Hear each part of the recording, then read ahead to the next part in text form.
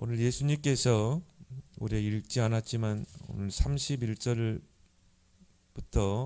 33절에도 두 가지 비유를 드셨습니다. 바로 겨자씨 비유죠.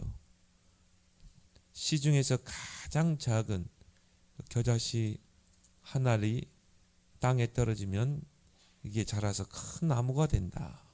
공중의 새들이 가지에 깃들인다.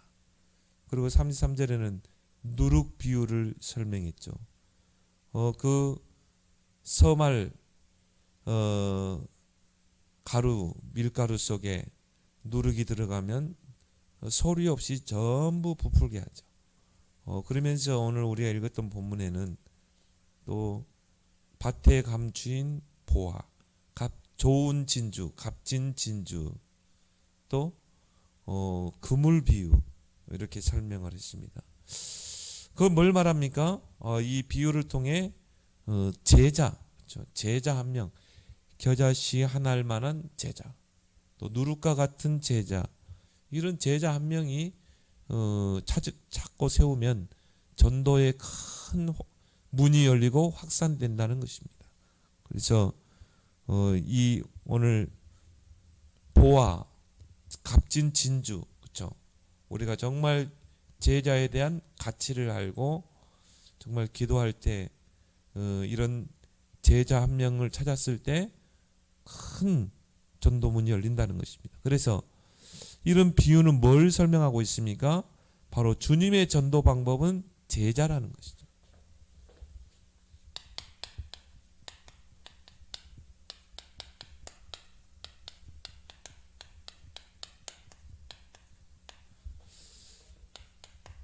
물론 우리가 축호 전도, 노방 전도, 여러 가지 전도가 있었지만은 주님의 전도 방법의 핵심은 뭡니까? 제자죠. 제자를 찾으라는 것입니다. 그리고 그 제자가 또 다른 제자를 세우고, 그래서 이런 제자 한 명을 찾으면 누룩과 같이 전 지역을 살리게 돼요. 또 겨자씨와 같은 제자 한 명을 우리가 찾든지 세우든지 그리고 파송하면 바로 겨자씨와 같이 큰 전도운동의 문을 연다는 것입니다. 그게 예수님이 비유로 설명하신 것이죠. 예수님께서 비유가 아니면은 말씀을 하지 않으셨다고 그랬어요. 그래서 34절에도 예수께서 이 모든 것을 무리에게 비유로 말씀하시고 비유가 아니면 아무것도 말씀하지 아니하셨으니 이는 선지자를 통하여 말씀하신 바 내가 입을 열어 비유로 말하고 창세부터 감추은 것들을 드러내려 합니다. 감추어진 것들을 이제 드러내기 위해서 비유로 설명하는 것입니다. 그래서 진짜 알아들어야 될 사람들은 알아듣고 알아들어서는 안 되는 사람에게는 감추기 위해서 이런 비유를 설명하신 것입니다. 그래서 여러분이 서론에서 할 것은 이런 제자, 하나님의 손 안에는 제자, 이 제자는요 반드시 하나님의 손에 있다. 하나님의 손에 감춰져 있다는 것입니다. 우리가 제자가 되면 하나님이 붙이게 되겠죠. 또 현장에 대한 영혼권에 가슴 있는 자에게 붙이게 되겠죠. 또 제자는 철저하게 감춰져 있다는 것입니다. 이런 비유를 통해서 하나님이 딱 감춰뒀다가 드러낸다는 것이죠. 그리고 세 번째 제자의 특징이 뭡니까? 제자는 반드시 배가시킨다는 거죠. 제자 한 명 제대로 세워놓으면 그 제자가 전도의 큰 문을 열고 확산시킨다는 거죠. 그래서 우리가 씨 뿌리는 비유를 통해서 좋은 땅에 떨어진 씨는 기본이 100배, 반드시 배가시키는 그런 역사가 일어난다는 것입니다. 그럼 우리가 오늘 이 비유를 통해서 우리가 몇 가지 생각해 봐야 될 부분이 있죠. 첫 번째 뭡니까? 작은 것을 소중히 하라는 것입니다. 작은 것. 그것을 우리가 소중히 여길 수 있어야 돼요.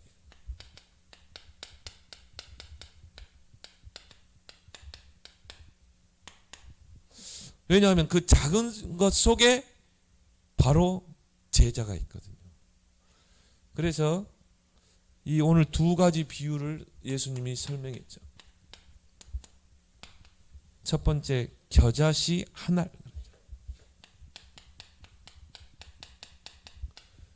겨자씨 한 알 비유를 예수님께서 31절 32절에 씨 중에 가장 작은 씨인데 그게 땅에 떨어지면 어떻게 돼요? 큰 나무가 되고, 그렇죠? 그리고 거기에 새들이 깃들이게 되느니라. 그렇죠? 이는 모든 씨보다 작은 것이로되 자란 후에는 풀보다 커서 나무가 돼요. 이게 나무가 된다니까요. 그래서 공중의 새들이 와서 그 가지에 둥지를 틀고 새들이 거기에 보금자리를 삼는다는 것입니다. 그래서 겨자씨, 저도 뭐 신학교 때 성지순례 다녀온 교수님이 이 코팅해 가지고 가져온 거 보니까 진짜 눈 나쁜 사람들은요 눈에 보이지도 않아요. 깨보다도 작은 씨입니다.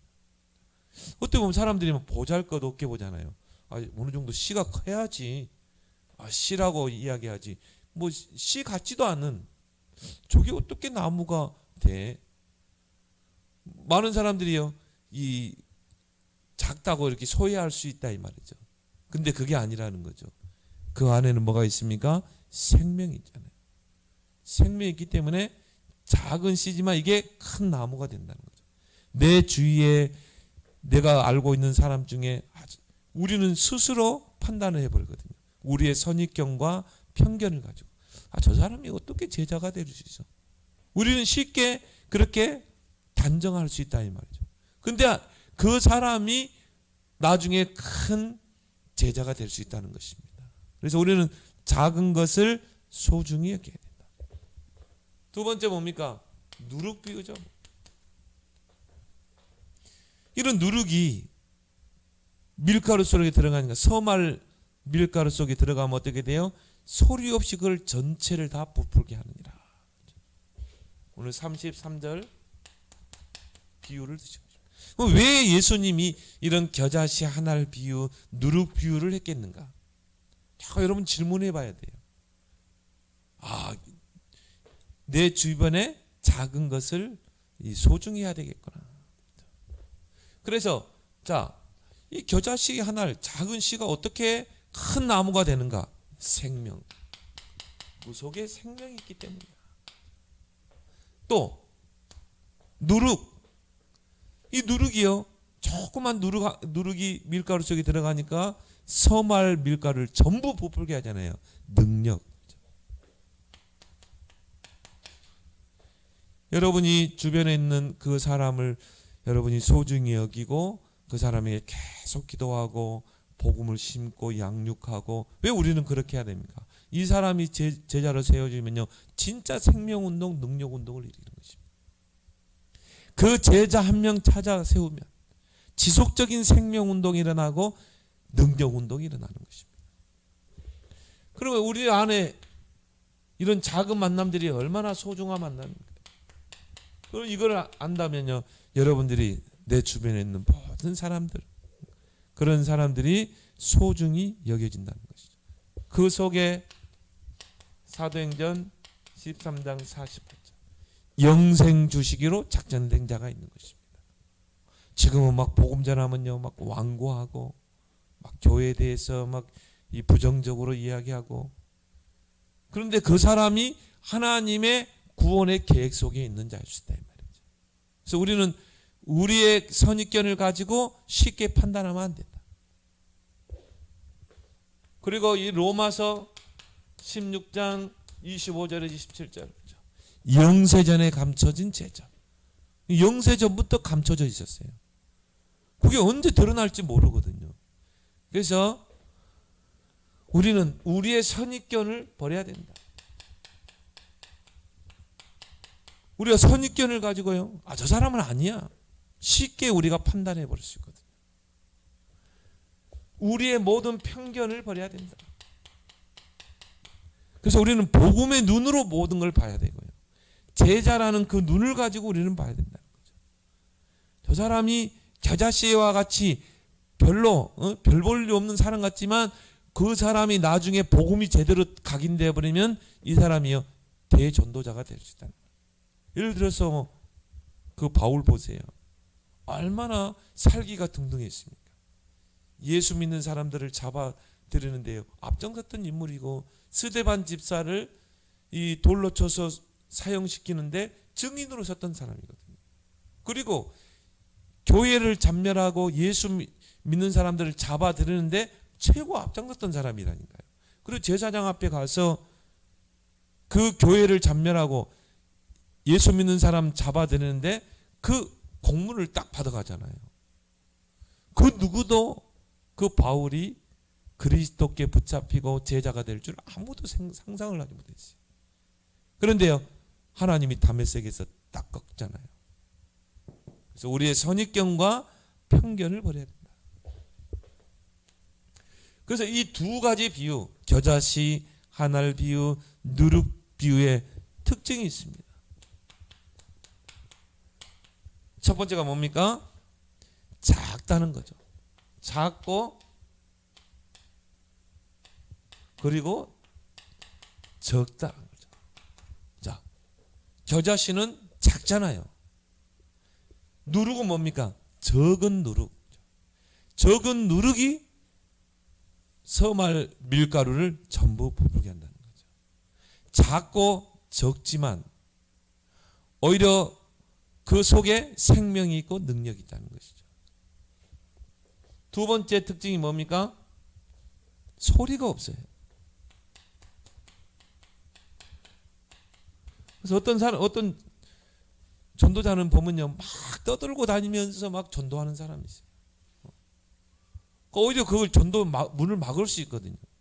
특히 엘리트들은 그렇게 막 떠들고 다니면서 막 전도하는 걸요, 굉장히 싫어합니다. 이 두 가지 비유, 겨자씨와 누룩의 두 번째 특징은 소리가 없어요. 그래서 우리가 이 전도할 때도요, 전혀 무리를 두면 안 돼요. 복음을 받는 사람이요, 부담감을 가지면 안 돼요. 부담감을 가지지 않도록 무리수를 두지 않고 또 불려파음이 없어요. 막 전도하는데 너무 불려파음을 일으키는 사람들이 있어요. 오히려 전도를 막는 사람이 있어요. 오히려 전도를 방해하는 사람이 있어요. 전도는 그런 게 아니거든요. 그래서 예수님께서 마태복음 10장 16절에 12 사도를 현장에 파송하면서 뭐라고 말씀했습니까? 너희는 뱀같이 지혜롭고 비들같이 순결하라. 뱀이 저 고속도로를 막 다닙니까? 아니죠. 바위 틈 사이로, 숯불 사이로 비둘기처럼 순결하게 해라. 뭔가 막 사람들에게 부담을 주는 전도. 오히려 그게 전도의 문을 막는 것입니다. 이런 두 가지 특징이 있다는 거죠. 그래서 이 두 가지 비유를 통해서 우리가 많은 것들을 좀 배워야 되는 것이죠. 교훈을 삼아야 되는 것입니다. 두 번째로요, 숨은 제자를 보는 눈이 열려야 된다. 하나님께서 중요한 것은 다 숨겨두셨거든요. 하나님의 선하는 제자도 마찬가지입니다. 아무에게나 붙이지 않습니다. 그죠? 정말 하나님이 숨겨두셨다가 붙이는 것입니다. 그래서 이런 숨은 제자를 보는 눈이 열려야 됩니다. 그래서 오늘 세 가지 비유가 오늘 이 44절부터 또 나오죠. 우리가 읽었던 본문이죠. 천국은 마치 밭에 감추인 보화와 같으니, 또 45절에서는요. 또 천국은 마치 좋은 진주를 구하는 장사와 같으니, 47절에는 또 천국은 마치 바다에 치고 각종 그물을 물고기를 모는 그물과 같으니. 세 가지 비유가 나왔죠. 밭에 감추인 보화, 좋은 진주. 자, 46절에 보니까 극히 값진 진주. 또 47절에 물고기를 모는 그물 세 가지 비유를 말씀했습니다. 그 뭘 말하죠? 이런 숨겨져 있는 제자를 보는 눈이 열려야 된다는 것입니다. 그래서 보화 비유를 했죠. 값진 보화. 이게 밭에 감추어 있다니까요. 오늘 44절에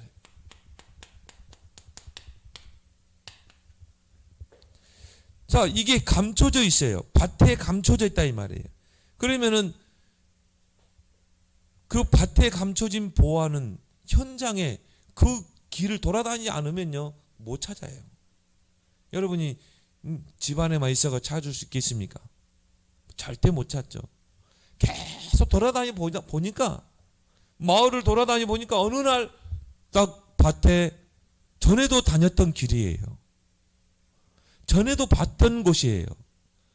근데 어느 날 딱 그게 보여지는 것입니다. 그 밭에 보화가. 그래서 이 보화, 감춰진 보화를 찾기 위해서 우리가 해야 될 일이 뭡니까? 영접운동이죠. 계속 구원의 길 가지고 영접운동을 시키는 것입니다. 그리고 구원의 길을 갈고 닦는 거예요. 왜? 영접운동 해야 되기 때문에. 왜 우리가 구원의 길을 갈고 닦습니까? 구원의 길의 마스터가 돼야 되기 때문에.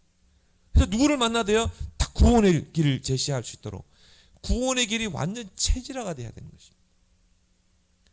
그래서 누구를 만나도 1분밖에 시간이 없다. 1분 구원의 길. 왜? 모든 전도운동의 시작은 구원의 길이거든요. 그렇게 해서 영접운동이 일어나야 된다 이 말이죠. 그 영접운동이 일어나야 제대로 영접이 딱 된 사람, 그 사람과 양육이 들어가야 된다는 거죠. 그러면 영접이라는 거 뭐죠? 영접의 12가지 의미. 우리 교회 홈페이지 잘 나와 있죠? 홈페이지에. 구원의 12가지 그 의미 중에 중요한 게 뭡니까? 성령의 내주잖아요. 영접할 때 성령이 내주하죠. 그 성령이 하는 일이 뭡니까? 가르치고 생각나게 하시고 깨닫게 하시고 하나님 아버지의 깊은 뜻을 통달하게 하시고, 그죠? 성령께서 복음을 깨닫게 해야 깨달아지는 것이죠. 그러면 제일 중요한 게 영접을 통해 성령이 내줘야 돼요. 그래야 이 사람과 개인 양육을 할 때 그 성령께서 점점 복음을 깨닫게 하는 것입니다. 우리 장다른 성도를 보면서요, 우리 에스더 권사님 계속 양육하지만요, 진짜 영접했다. 그러면 성령께서 그 복음이 깨달아지게 하는 것입니다. 그래야 이게 영적 성장이 이루어지게 돼 있어요. 양육을 통해 갓난 아기가 엄마의 젖을 먹고 자라는 것처럼 말씀의 젖을 먹고 이게 성장한다. 그걸 누가 하시는 거예요? 하나님이 하시는 것입니다. 성령을 통해서. 그래서 우리가 개인 양육에 들어가는 것입니다.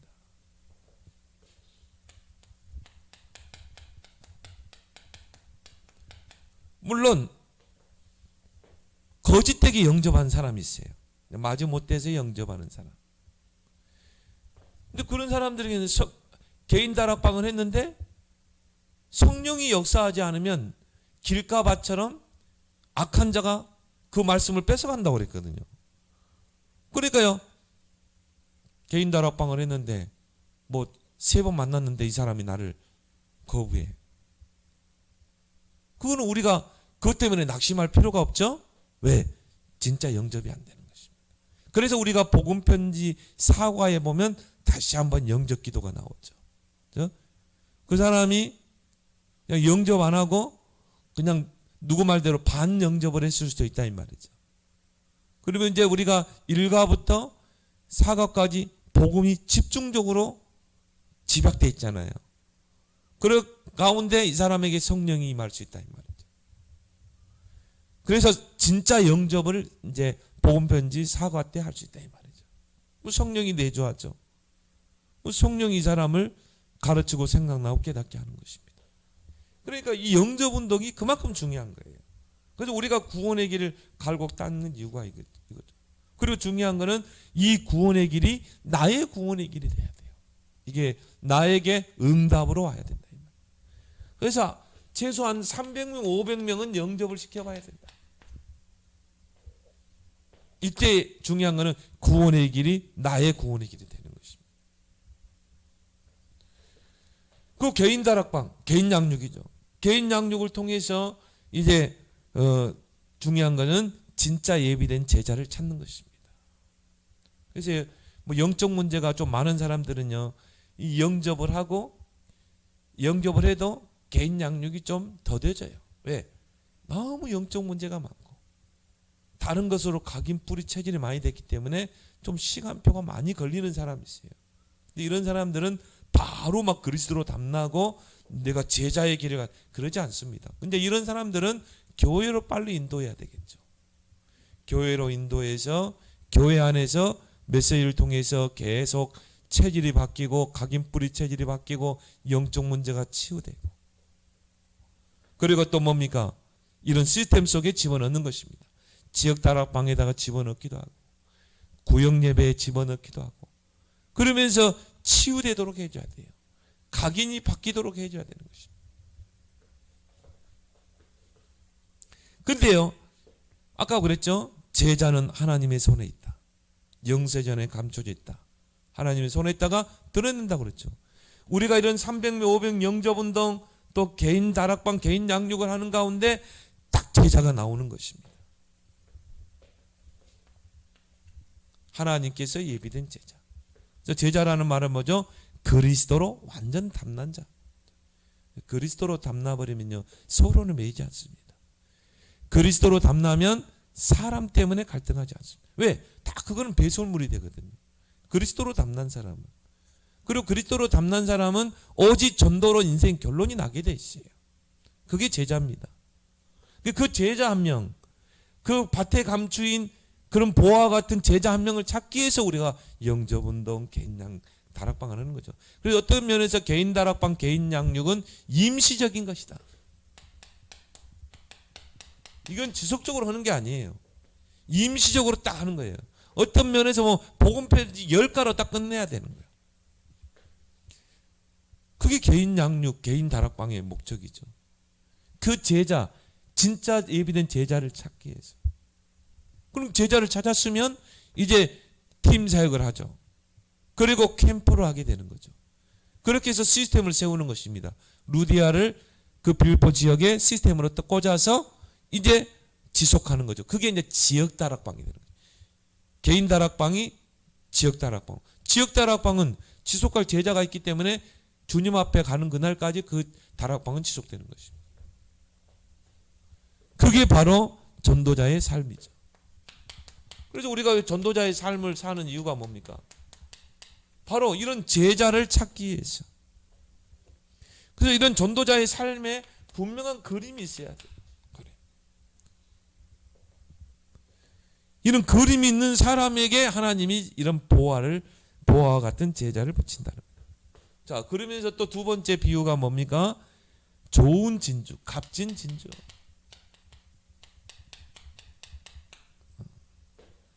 비유가 나오죠. 오늘 45절에서 46절 비유입니다. 이건 뭘 말합니까? 오늘 보니까 값진 진주 하나를 그랬거든요. 오늘 46절에 보니까 그냥 값진 진주가 아니죠. 극히 값진 진주 하나를. 근데요, 여러분도 알지만요, 이건 전문가가 아니면 이건 분별해 낼 수가 없습니다. 진주를. 근데 저는 전문가가 아니기 때문에 그 진주가 그것 같아요. 다 똑같은 것 같아. 뭐 이렇게 10개를 놓고 분별해, 진짜 하나, 극히 값진 진주 하나를 그 속에 10개 속에 하나를 넣었다. 몰라요. 다 값진 진주 같아. 근데요, 전문가는 알게 되는 것입니다. 전문가는 분별이 되잖아요. 이게 바로 극히 값진 진주다. 그걸 뭘 말합니까? 오늘 비유를 통해서 정말 제자의 가치를 아는 자, 제자의 가치를 아는 자에게 제자를 붙인다 이 말이죠. 이야, 예수님이 비유로 설명할 만큼 제자를 설명하셨어요. 야, 이 제자가 이렇게 귀하구나. 겨자씨와 같은 이 감춰진 제자 한 명 세우면은 이게 큰 나무가 되는구나. 야, 이 누룩과 같은 이 겨자씨, 이 제자 한 명 세워놓으면은 전 지역을 부풀게 하는구나. 전 지역을 다 살려나는구나. 그렇죠? 이런 제자의 가치를 아는 자, 제자 가치를 알고요, 내 주변에 있는 사람 모든 사람과 좋은 관계를 맺고, 그러면서 구원의 길을 막 만날 때마다 구원의 길을 전해서 영접시키고, 영접했으면 바로 개인 다락방 바로 들어가서 결국 뭡니까? 진짜 하나님이 예비된 이런 극히 값진 진주 하나를 찾기 위해서 그래서 막 다락방을 하는 것입니다. 다락방 길게 할 필요 없어요. 개인 다락방은요 한 15분 안에 딱 끝내야 돼요. 아무리 내가 막 이 복음 편지 가지고 막 지극정성하게 한마디로 반찬을 밥을 해가지고 줘도 이 사람이 예비된 사람 아니면요 다 튕겨나가는 것입니다. 새들이 와서 다 쪼아가는 거예요. 그죠? 그게 이제 길가밭이잖아요. 아무리 좋은 복음을 내가 전해줘도 이 사람이 길가방 상태인데 다 악한 자가 와서 다 쪼아가는 거예요. 오히려 작게 좀 덜 하는 것 느낌으로 그렇게 딱 전해줘야 한다. 물론 중심이 이 사람에게 어떻게든 하나 더 주려고 하는 그런 중심이 있겠지만 이 사람의 상태가 아직 길가밭인데, 그래서 어떤 메시지를 가지고도 근본 문제 세 가지, 그 문제 해답 그리스도, 이것만 정확하게 전달해 주면 되는 것입니다. 그래서 제자의 가치를 아는 사람은요 매일 영접운동을 일으키죠. 제자의 가치를 아는 사람들, 만나는 사람 영접하면 바로 개인 다락방 들어가는 거죠.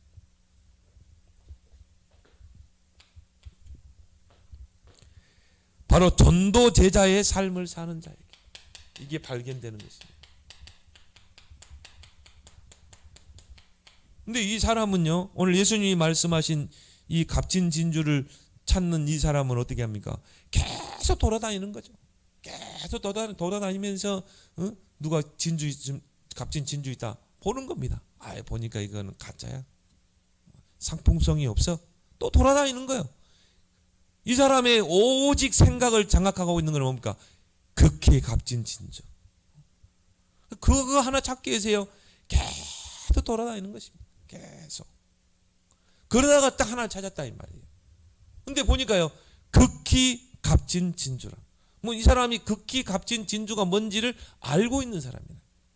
제자의 가치를 아는 사람, 거기에 내 인생을 올인하는 사람, 그 사람에게 하나님이 이런 값진 진주와 같은 제자를 드러내는 것입니다. 붙이시는 것입니다. 자, 그래서요 여기에 특징이 있습니다. 이 밭에 감추인 보화와 극히 값진 진주의 특징이 뭡니까? 자, 첫 번째, 어느 날 발견했단 말이죠. 발견함에 그렇죠. 자, 오늘 44절에도 보니까 이를 발견한 후 그랬죠. 그리고 오늘 46절에도 극히 값진 진주 하나를 발견하며, 그렇죠. 발견했다 이 말이죠. 자, 이런 숨은 제자를 발견하기까지 어떻게 해야 됩니까? 우리는 구원의 길, 개인 양, 이거를 일심전심 지속해야 됩니다.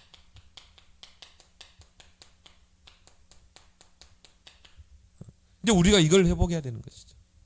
그래서 만나는 사람마다 구원의 길, 또 영접했으면 바로 개인 다락방,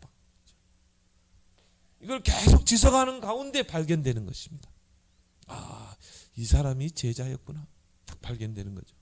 그리스도로 닮는 자. 두 번째 특징이 뭐죠? 자, 발견했으면 어떻게 합니까? 전 소유를 다 파는 것입니다. 소유를 다 팔아 그랬죠. 다 팔았어요. 자기 집에 있는 모든 재산을 다 팔아서 그 밭을 샀다.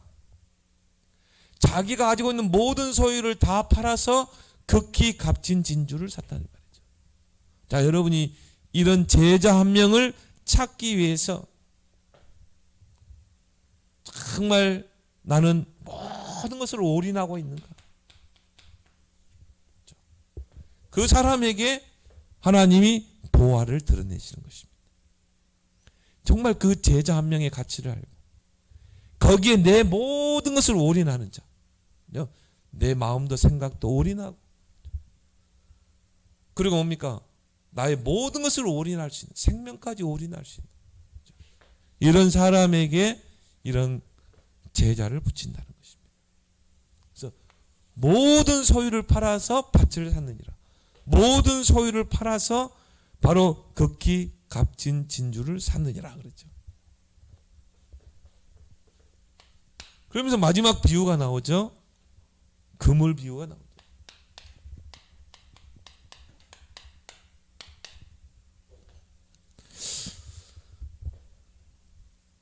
자, 47절에 보니까 또 천국은 마치 바다에 치고 각종 물고기를 모으는 그물과 같으니, 그렇죠?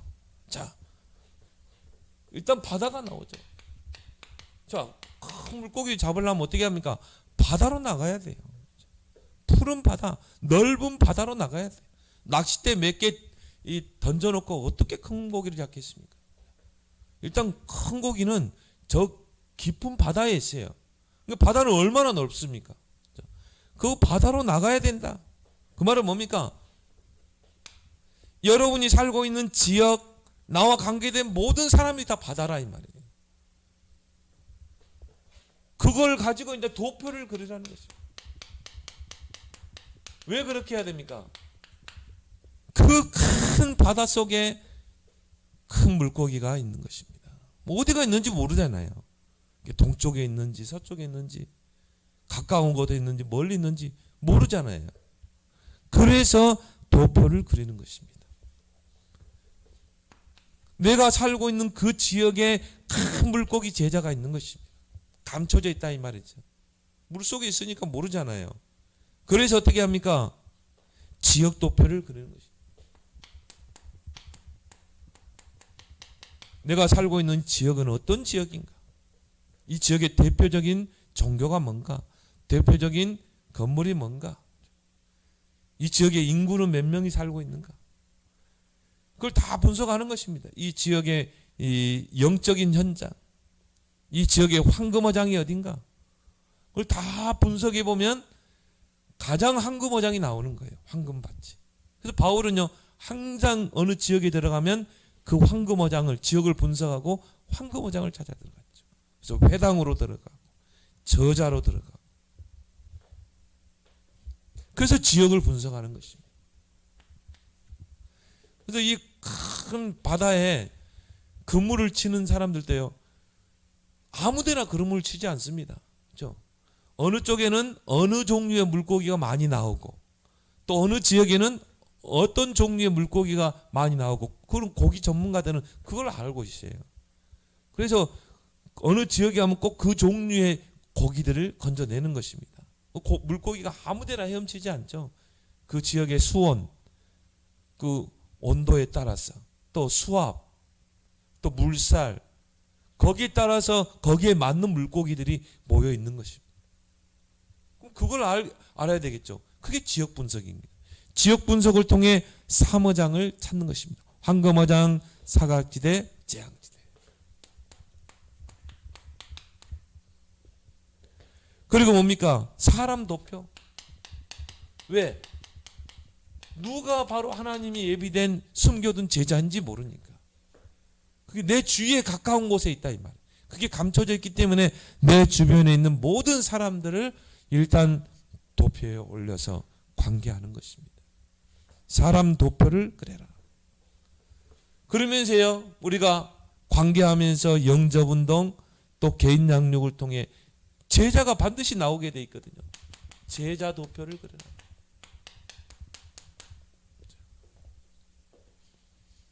그 제자를 찾았으면 그 제자 중심으로 그 지역에 시스템을 세워야 되잖아요. 캠프 도표를 그려라.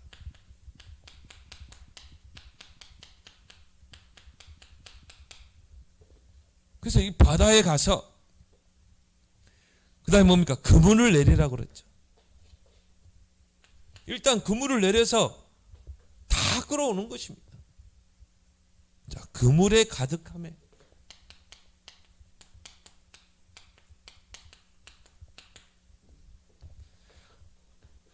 내 주변에 있는 모든 사람과 좋은 관계를 맺으라. 왜 이렇게 해야 됩니까? 그 속에 큰 물고기 제자 있단 말이죠. 그래서 오늘 그물을 끌어올렸다고 그랬죠. 천국은 마치 바다에 치고 각종 물고기를 모으는 그물과 같으니. 자, 그물에 가득 왔어요. 거기에 뭐 작은 고기도 있고 큰 고기도 있고 뭐 쓸모없는 고기도 있고 다 오겠죠. 물가로 끌어내고 앉아서 좋은 것은 그래 담고 못된 것은 버리느니라. 그렇죠? 이게 아무리 이거 해도 복음이 안 들어가. 버리는 게 아니라 또 이제 관계를 맺고, 그리고 이제 진짜 그 속에서 제자를 찾아내는 것입니다. 큰 물고기를 찾아내는 거죠. 그래서 캠프의 목표가 뭡니까? 전체가 듣게 하라. 내 주변에 알고 있는 모든 사람들이 다 복음을 듣게 할 것이다. 왜 그렇게 해야 됩니까? 그 속에 복음을 듣는 자 중에 진짜 담난 자가 있기 때문에. 그래서요, 300명 관계전도, 300명의 명단을 기록해서 그 영혼들을 관리하라는 거죠. 그리고 그 영혼들과 접촉을 하라. 들이 컨택트라고 하죠. 하루에 3번 기도로 접촉하고, 그리고 메시지로 접촉하고, 관계로 하면서 접촉하고, 그러면서 이제 큰 물고기가 이제 드러나는 거죠. 그 속에 이제 시간표, 이정표, 목표가 있죠. 시간표, 이정표, 목표. 한 개인을 놓고요.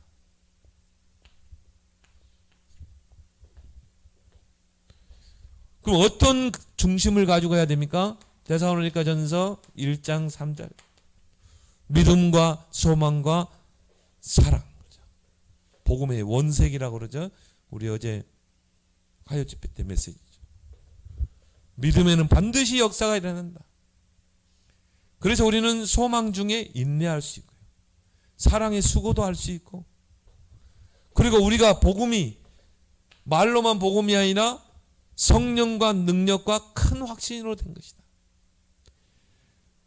그리고 1장 7절에 보니까, 데살로니가전서 1장 7절에 보면 모든 사람에게 본보기가 되게 하라. 그렇죠?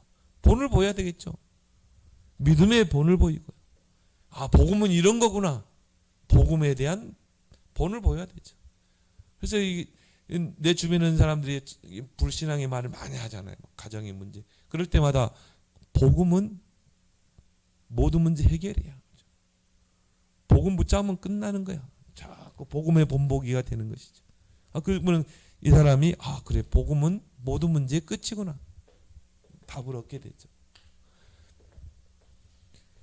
그래서 이런 큰 물고기를 잡기 위해서 3가지를 준비하는 것입니다. 자, 바다에 가서 그물을 치고 물고기를 잡으려면 먼저 선원들이 필요하죠. 선원이 없이 어떻게 배를 타고 가서 고기를 잡겠습니까? 두 번째 뭐가 필요합니까? 배가 필요하죠. 아무리 뭐 선원이 준비된다 할지라도 배가 없으면 그 푸른 바다로 갈 수가 없어요. 3번째 뭘 준비해야 되는가? 그물을 준비해야 된다. 그렇죠. 그물이 없으면은 일단 물고기를 담을 수가 없잖아요. 그래서 큰 물고기 잡기 위해서는 3가지 선원, 배, 그물이 준비된다. 이걸 뭘 말하고 있습니까? 자, 교회 안에 먼저 일꾼을 준비해야 돼요. 교회 안에. 그래서 모든 성도들이 이 마스터로 세워야 된다. 구원의 길, 개인 양육, 사모늘. 이 부분에 마스터가 된 일꾼들을 키워야 된다. 그래서 예수님께서 하신 일이 뭡니까? 12사도를 불러서 그들을 제자로 세우잖아요. 그리고 너희는 가서 모든 민족으로 제자 삼으라. 그래서 교회 안에 모든 성도들을 사모직에 담나게 하고 사모늘이 중심축이 되고 구원의 길, 개인 양육을 통해서 영접운동, 또 뭡니까? 개인 다락방 열 수 있는 마스터로 세워라. 사모늘을 가지고 치유할 수 있는 사역자로 세워라. 제일 중요한 게 교회 안에 일꾼이죠. 그리고 이제 뭘 준비해야 됩니까? 배를 준비해야 되겠죠. 자, 이런 제자를 찾고 세우려면 전략과 메시지가 있어야 돼요. 그래서 우리는 20가지 전략이 있죠. 성경적인 전략. 그 중에서도 5가지 기초. 다락방 팀사의 미션은 전문계 지교회. 그리고 우리에게는 메시지가 있죠. 복음편지, 새생명, 현장, 복음 메시지. 그리고 강단의 말씀. 누구를 만나도 그 사람을 답을 줄 수 있는 메시지가 있어야 돼요. 복음편지도 보면 10 대상자에게 전달하는 메시지예요. 그리고 그물이 준비되어야 되겠죠. 자, 시스템이죠. 그냥 우리는 마구잡이 가서 막 전도지 나눠주고 그런 전도가 아닙니다. 문 두드리고 시스템이죠. 바울이 한 지역에 들어가고 나오는 기준이 바로 시스템. 그래서 바울의 전도는 시스템 전도였다. 이런 시스템이 준비될 때 하나님이 이제 큰 바다에 이런 큰 물고기를 하나님이 잡도록 역사하시는 것입니다. 그래서 오늘 이 5가지 비유죠. 예수님께서 왜 이런 비유를 두셨겠는가? 결국은 제자는 하나님의 손에 있다는 거죠. 감춰져 있다는 것입니다. 그래서 이 5가지 비유를 통해서 예수님께서 예수님의 전도 방법은 제자였다. 그래서 여러분들이 제자가 되고 또 이런 제자를 찾고 세우는 마스터 되길 바랍니다. 오늘 주신 말씀 붙잡고 우리 함께 기도하겠습니다. 하나님 아버지